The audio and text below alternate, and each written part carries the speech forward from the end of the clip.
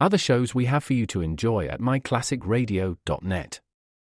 The Avengers was most certainly not a household name in South Africa prior to the radio series.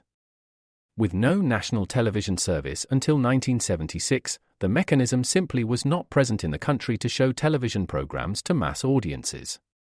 While many other countries reveled in the filmed adventures of John Steed and company, South Africa was not equipped to join in the fun. The series took Britain by storm and made a major impression in the American markets, being that greatest of rarities, a British series given a network transmission slot. However, as a filmed series, rather than a videotaped one, The Avengers was able to gain a modicum of exposure in South Africa through film rentals. Come and listen at myclassicradio.net.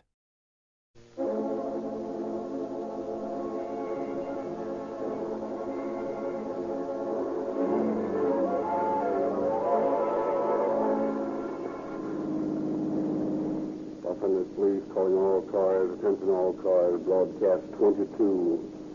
Special investigator from the narcotics squad.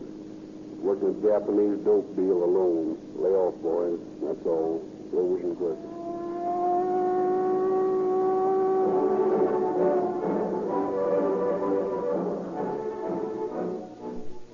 Ladies and gentlemen, may we take a minute and dramatize for you an episode that might have occurred at any downtown intersection this morning. We have entitled it, Embarrassing Moment. And the cast includes Mr. Jones and the traffic officer on the corner. Listen. Darn it, this is the 5th time today the blame thing has failed to start. Hey, can't you get going? You're holding up about 40 cars. What's the matter? Well, she stalled. The 5th time today. I got a new battery, I had the plugs clean, and the ignition's okay. Here, I'll help you push it over to the side. Ever tried Rio Grande crack? No, what about it? All I know is the boys with the radio cars sure rave about it. They use it in their own cars. Yeah? Well, that sounds like the answer. I'll fill it with crack right away. And we are sure that Mr. Jones' troubles are over if he switched to Rio Grande crack. For crack powers more police cars and fire engines in Southern California and Arizona than all other brands combined.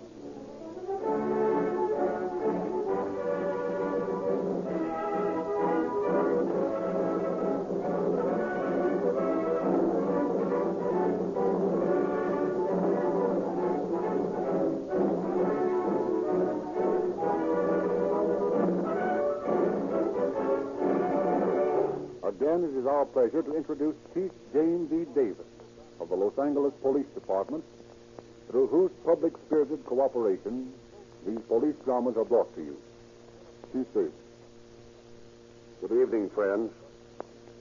It takes courage to be a policeman. Not the same sort of courage which makes it possible for a man surrounded by an army of his fellows to go victoriously over the top to glory, but individual courage, the sort of stuff which makes it possible for one man alone to single-handedly face death. The story we bring to you tonight concerns just that sort of fearlessness on the part of one of our men. A typical illustration of the sort of courage shown by the men who every day protect your life and property. The remarkable story I have brought to the air for you tonight concerns the narcotic traffic in this state and reveals how one man, instilled with the same characteristics which we demand of all of our police officers, broke up and arrested the ringleaders of one of the largest narcotic traffic rings in our history. Professor Lindsley will now go on with the story.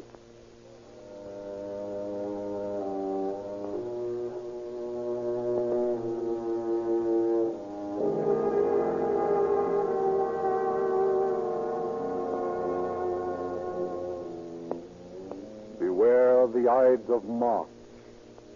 Such was the cryptic warning received by Julius Caesar centuries ago.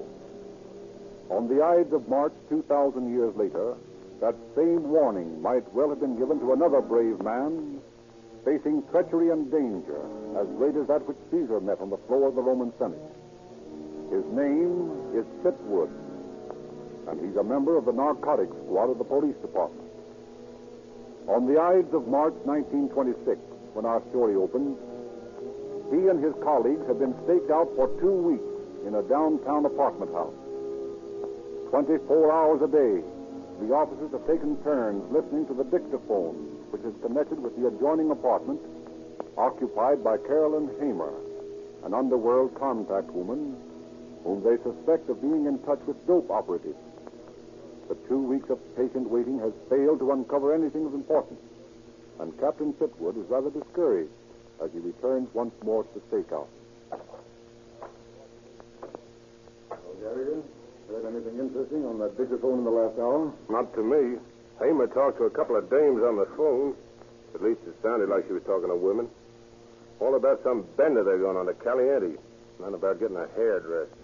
Well, I'll wear the cans for a while now. You go on out and get something to eat. Okay, Cap. Well, I hope you have more luck than I did. I'll listen, but I couldn't seem to get anything. Hey, wait a minute. Is she talking? Yeah. There's somebody in the apartment with her. Get a load of this, Gallagher. It's hot. You will pardon me, Miss Hamer, for disturb you. Who are you? Oh, my name does not matter. What she will do. I am here because it is my understanding that you are in touch with certain people that my employer like to reach. What's your racket? Oh, my partner has unusual large shipment of his merchandise to dispose of very suddenly. His usual buyer cannot take all of surplus which he has imported on his trip. He is desirous Wait a minute. I don't know who you are or who sent you here. But get this straight. I don't have anything to do with dope. Nothing. Understand? I think you are a little premature, my dear Miss Hamer. Oh, don't, my dear me. Dope's out of my line that stays out, and that's final. Oh, please. Dope is not quite word. Let us say merchandise. I don't care how you say it or what you do with it. I'm out of the deal. Oh, yes, but just think 1 minute, please. All I am suggesting, you ask friend who engage in our business to buy shipment of $100,000 worth of excellent merchandise. You merely tell him to meet us 8:30 tomorrow night at corner of 8th and Santee. That is all you do.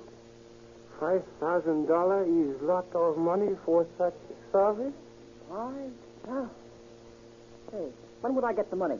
When you tell me gentleman's name, I shall leave with you $1,000. When the gentleman give us his valued business, 4,000 more shall come to you. Make it 2,000 now.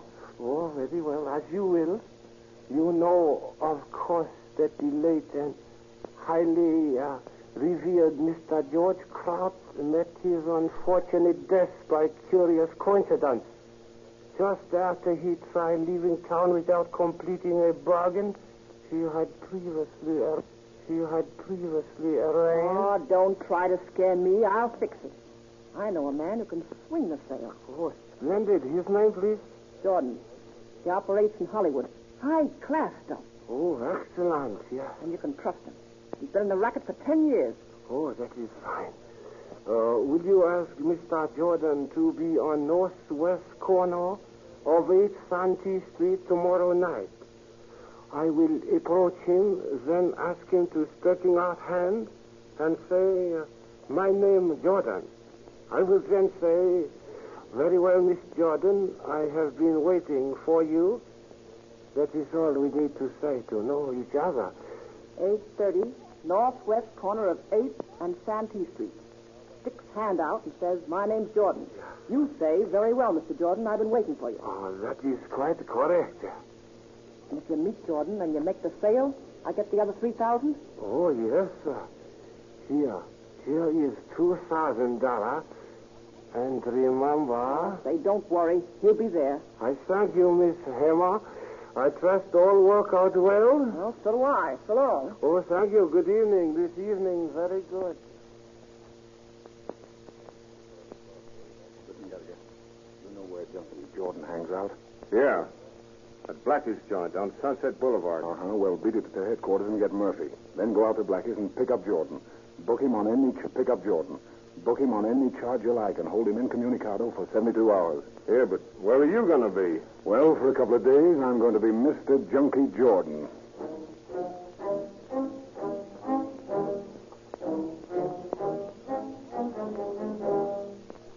On the following night, Captain Chitwood removes all identification from himself, leaves his revolver behind, and depending entirely upon his wits, he hires a big Cadillac sedan and drives to the corner of 8th and Santee Street.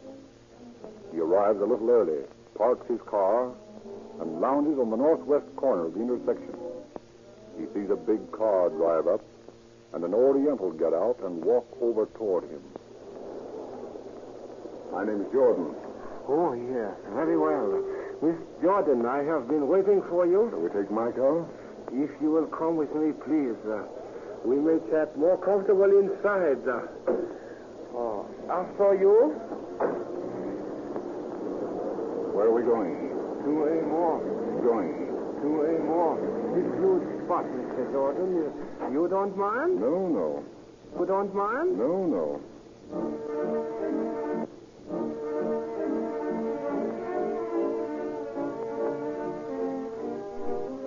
Block after block and mile after mile, the Japanese drive Captain Chitwood. The ride continues in utter silence. Finally, in an intensely dark spot, somewhere in the east side of town.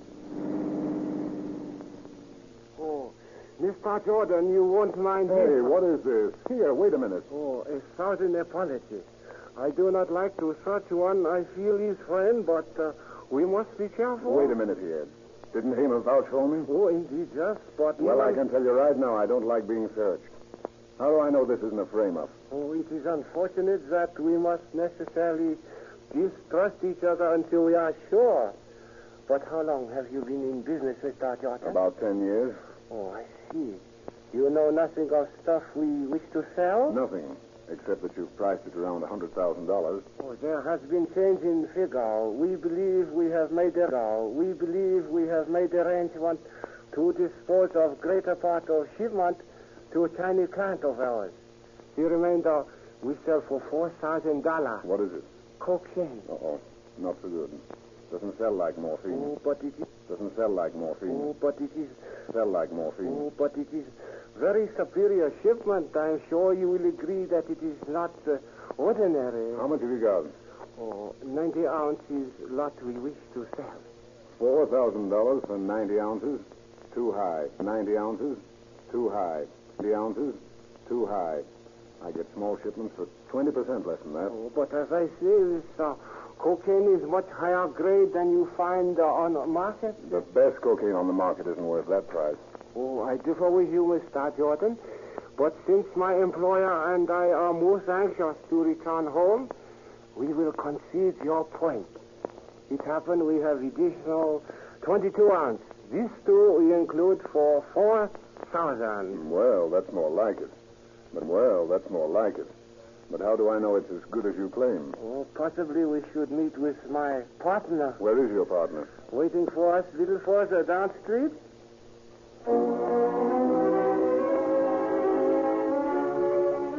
Again, the winding drive begins. For 10 minutes, Washi twists and turns through the neighborhood. Then he parks again just behind a Ford coupe. We are agreed then, Mr. Jordan, on 112 ounce at the price of $4,000, providing our cocaine sample. Shut up. There's a guy in the car ahead. You want us both to land in the pens? Oh, no, I fancy that's my partner. Oh. Will you come with me? Sure. All right. Sir? Sure. All right.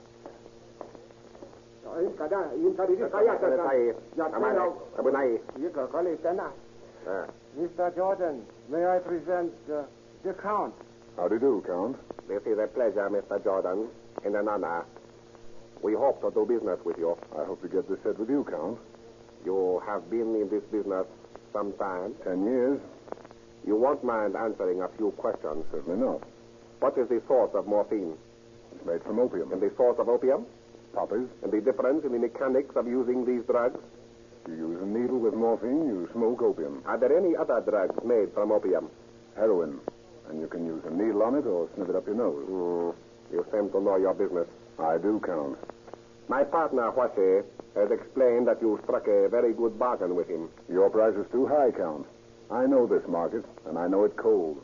I'm paying you a good price as it is. It is a very superior cocaine that I am selling you. Well, I'd like to see a sample before we make final arrangements. Of course. I have one here. Test this, Mr. Jordan. You ought to be careful carrying that stuff around. You never know when you're talking to a cop. It's cocaine, all right. It's cocaine, all right. Looks pretty good. I'd like to make a laboratory test with some of it. You may have the sample. Oh, I don't want to carry that much. Give me a pinch to put in my handkerchief here. There.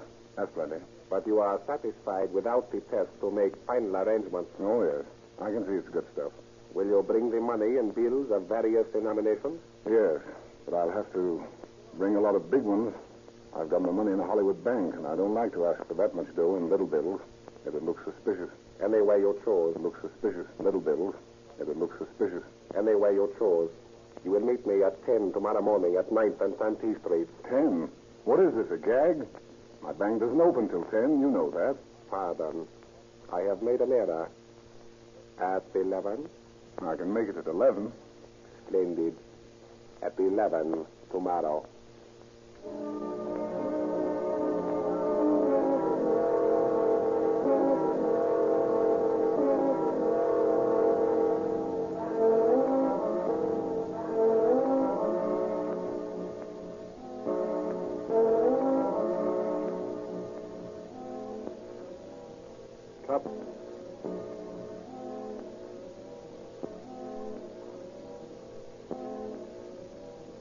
Captain Chitwood returns to his office elated over the prospects of defeating the newly discovered dope ring.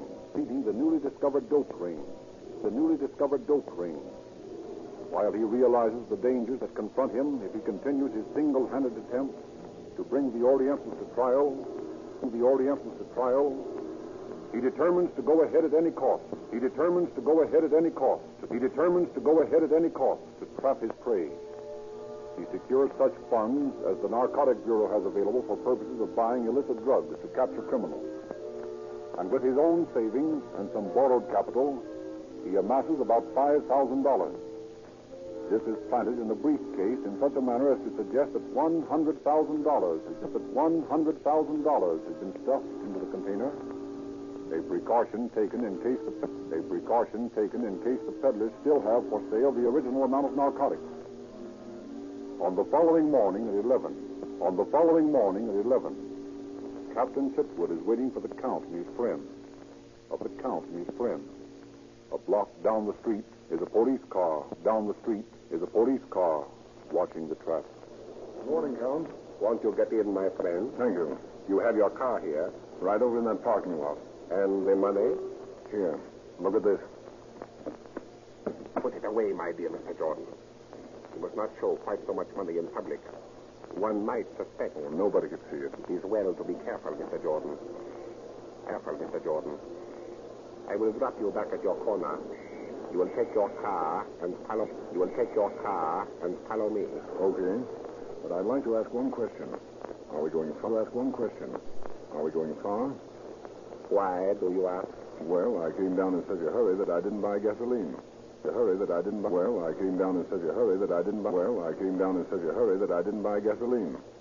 if we're going any distance, I'd like to pick up some here in town. So there won't be any chance of our losing each other. I suggest that you buy some gasoline. All right. Look, I'll pull into that gas station over there. Then I'll drive up 9th Street and you pull ahead of me. I'll follow you from there on. Very well. Captain Chitwood gets in his car and drives into the gas station. Another automobile pulls alongside, ostensibly to get gas.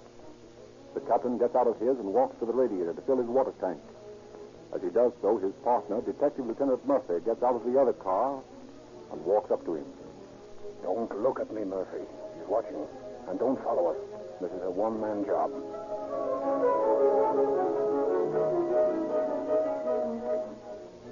Having stopped the police car from following him, Captain Chitwood drives behind the Count's car on and on through the city. On out through Boyle Heights, into the sparsely settled country toward the valley. The Count twists and turns to throw any pursuers off the track. But Captain Chitwood realizes that there will be no pursuers. He has cut the last line of communication between him and the force. It is up to him now.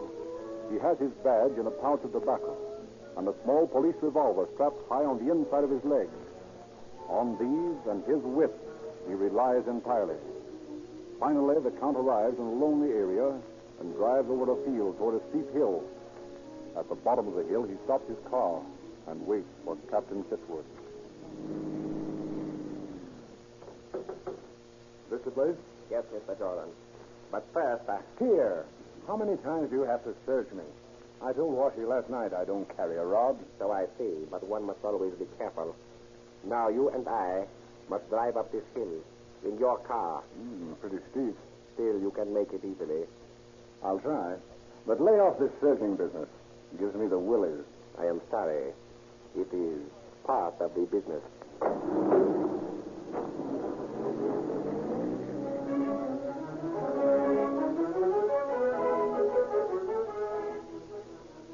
As Captain Chitwood pilots the heavy car up the steep hillside, he sees another automobile parked at the top. The hill surveys all the surrounding country. One could not come within a mile of it without being seen. He mentally congratulates himself for stopping the police car from following him. Then he sees Washi, and with him another Japanese who is a stranger to him. The newcomer is a giant in size, 6 feet tall, with tremendous bulging muscles. The captain suddenly realizes that difficulties lie ahead. They park the car and meet Washi and the newcomer. You know Washi, Mr. Jordan, and this is Koto, a friend who can be very, very helpful in many ways. It looks like he could eat a regiment. Speak English, Koto? Oh, sure speak English. Oh, yes, speak English. Well, that's fine. Glad to meet you, Koto. Very glad to meet you, Mr. Jordan. Very glad. Now, before we conclude our little deal, I would like to know if you could handle some more of my business in this territory. Not right now. This is eating up all my capital. I do not mean now. As soon as we have finished with our bargain, I return to Japan. But each 2 years I come into your city. I like you, Mr. Jordan. I would like to do business with you. But could you handle the business I would bring? How much? I would like to bring to you each 2 years about $1 million worth of merchandise. That's a lot of money. Because you take it in one deal, you save a great deal of money. Mm-hmm. Sounds like a good proposition. You risk only one purchase instead of many. And I am very careful. You need never worry over authority. Sheer accident might mean disaster, but that is all. One delivery, a low price. The finest of merchandise. What kind of stuff can you deliver? This cocaine is all right, but I know. It is morphine you wish, is it not? Mm-hmm. There's a better market with morphine, quicker turnover. Morphine I can arrange very easily. It's a deal, Count, with this provision. I can't handle all the stuff myself. I'll have to form a syndicate to buy the shipment. Of course. I will not make my next trip here for over a year. But when I do... When you do, you'll find a market all set up for you. Mr. Jordan, you are a good businessman. I have to be, or I'd be out of the business quick. It is agreed, then, for the next shipment. Right. Good. Whitey, take Mr. Jordan's valise and count out the money. Koto and I will get the merchandise for Mr. Jordan. Can I help carry it? We took the precaution of hiding it down in the grasses. We will bring it up now. Whitey, have you the valise? This is in Mr. Jordan's car. I will begin the money counting.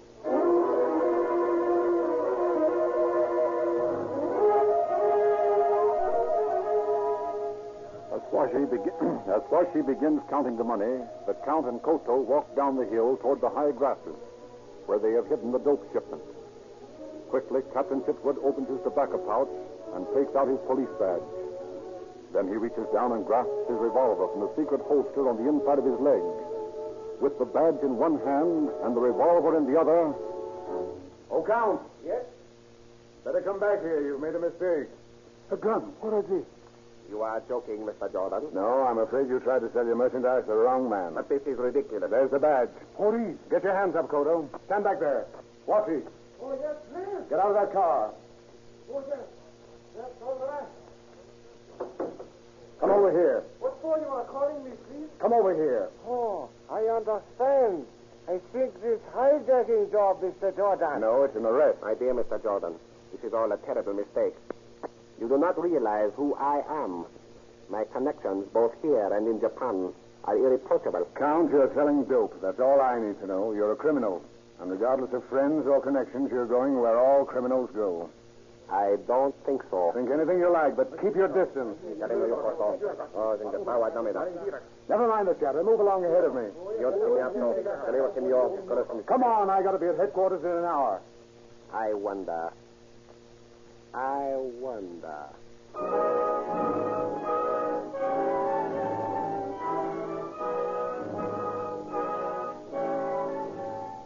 Under the threatening revolver, Captain Kitwood forces the three Japanese to bring the dope up and put it in his car. Although he watches his captives with great care, he cannot but feel the constant threat of Koto's great strength. As the car is loaded, finally, he orders the three into the car. Mr. Jordan, you are a human being, are you not? Why, yes, I hope so. Mr. Jordan, at home in Japan, I have many friends. I have a family. I have great position. You should have thought of that before you started in this racket. Still, you can see how much more this all means to me than to the ordinary criminal that you deal with. I see what you mean. In your work, Mr. Jordan, you do not make a great deal of money. Well, it's not very much according to your standards. A sum such as $10,000 would be quite large in your eyes. It would be very large.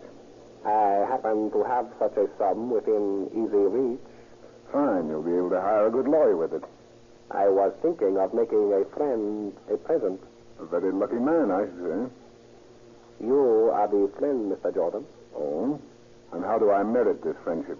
You return to the police station with the sad news that your suspects disappeared.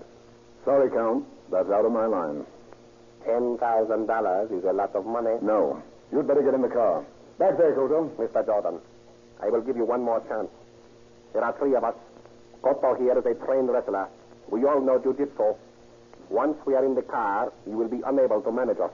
True, you have a gun, but you cannot succeed in getting us to the city. I've been thinking about that. Let me tell you, Mr. Jordan, that you haven't a chance. But rather than come to blows with you, I suggest this plan. You will take me alone to town. You will drive me to the bank where I have $100,000 in a safety deposit vault. This you will put in your pocket. With $100,000, Mr. Jordan, you will have peace and security. You will have peace and security all your life. Is it agreed? That's an interesting plan, Count, but I can't accept. Then I fear for you. Oh, don't worry about me. I think you had better accept the Count's offer. It is impossible that you will arrive in town alive. Let's put it another way. Let's say that it's impossible that all of us will arrive in town alive. I don't quite understand. It's very simple. Really. Don't you see that Koto is the main threat? How much do you weigh, Koto? 210. When you, Count, and Washi here are carrying Koto through the fields down to where I can call a police car, you won't be very dangerous. What for they carry me? Because I'm going to kill you. You cannot do that. My dear fellow, I can and will do exactly that. Koto, unfortunately, resisted arrest. My duties as police officer, although unpleasant, was very plain. I had to shoot him. The law is quite explicit on that point. But I'm not resisting arrest. Oh, you have no imagination, Koto. Who'll ever know? You will not do this thing. It is fantastic. To show you that my gun is loaded, gentlemen, and that I mean what I say. Must be other way. Must be other way. We plead with you, Mr. Jordan. We have been very fair. We have offered you money. Well, you will not take it. But that is no excuse to murder one of us. I have no desire to kill. But wait. There's one other way. What way? Koto will lie on the floor of my car. You two will lie on top of him with your heads at my side. If you make a false move, I'll shoot all of you. If you don't, you'll arrive safely at the station. Tamale.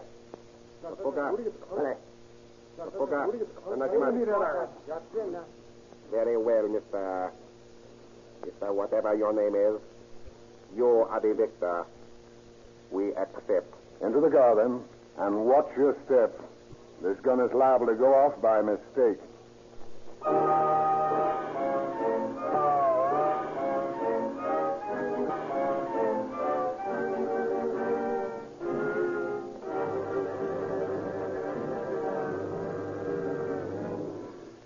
one hand on the wheel, the other covering his uncomfortable prisoners. Captain Chitwood transported the dope smugglers to police headquarters. They were speedily tried and speedily sentenced to 2.5 years in federal penitentiary in Leavenworth for violation of the Harrison and Jones-Miller Narcotic Acts. Since serving their time for that offense, the count has been sentenced to Folsom on a verdict of first-degree murder. Koto has returned to Japan, and Huashi is a fugitive from justice, having jumped bond on a forgery charge. Tonight, my friends, I have asked the hero of our story to speak to you himself. I am proud to present one of the finest officers on my force, the head of the narcotics squad, Captain Chitwood. Thank you, Chief. Ladies and gentlemen, there isn't much I can add to the story you have already heard. That's the way it happened. I might tell you I'd rather be facing those 3 Japanese on the top of that hill right now than be facing this microphone. It gives me the jitters. There's one thing that I'd like to tell you, though. After we made the arrest of the 3 Japanese, Lieutenant Murphy, my partner, and I took the dope into Chief Davis's office. Everybody crowded around to see it, for it was one of the biggest hauls we'd ever made. The chief looked at the stuff for a few minutes in silence and then said, "Boys, I want to congratulate you. There lies the lives of several policemen." He was right, for you can never tell what a dope addict may do when he is on the jump, as we say. More policemen are killed every year by dope users than by any other type of criminal. Of course, our job isn't only to protect the lives of policemen, but to reduce the dope traffic to the lowest minimum, so that the lives and property of you citizens may be also protected. Our success in doing this may be judged by the fact that Los Angeles is now the cleanest spot on the narcotic map of the United States. Thank you, Captain Chitwood.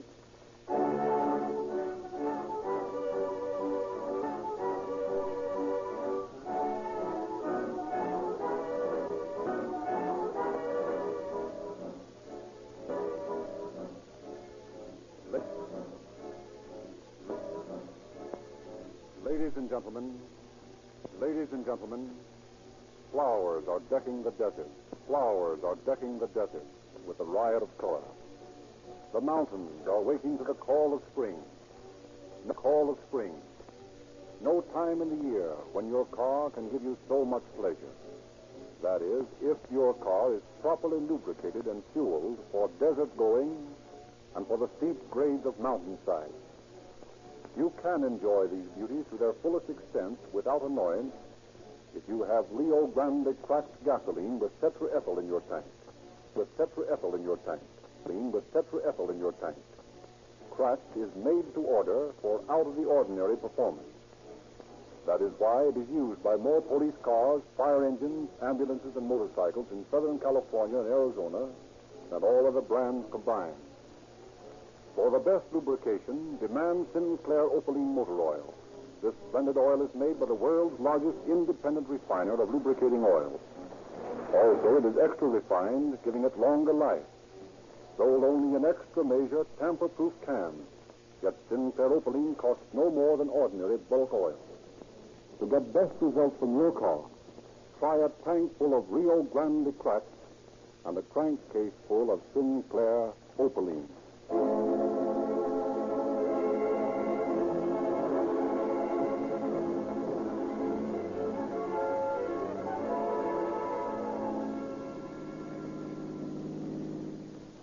Police calling all cars, attention all cars. The cancellation of broadcast 22. Cancellation of broadcast 22. Our special investigator has rounded up the Japanese dope ring. They are now in custody. That's all. Rosenquist.